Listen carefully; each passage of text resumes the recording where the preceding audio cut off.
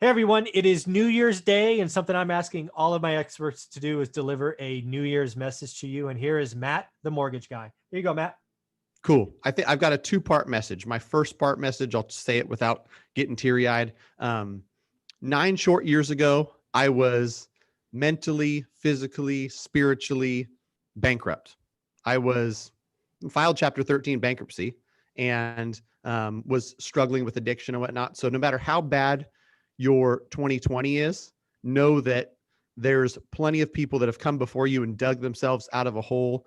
And 9 years later, I'm blessed with a happy, healthy family and a thriving business, and I'm living the dream with clear eyes and a full heart. So that's some inspiration there. And then for all the investors out there that are struggling to take their first step, at a real estate meeting last year, I showed a big graphic, and it's a big, huge yacht, and there's a boat pulling in underneath the yacht, and it said something along the lines of, while you were contemplating whether or not you were going to act, this guy was busy parking his boat in his other boat.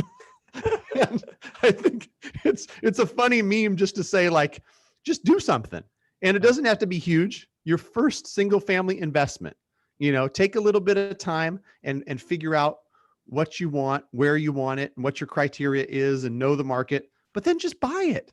That first step is going to just be looking back. It's going to be what kind of propelled you and gave you confidence. And I saw it in my own investing career. I've seen it in dozens of people I've worked with.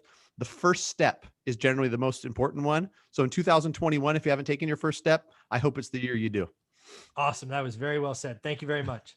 For sure.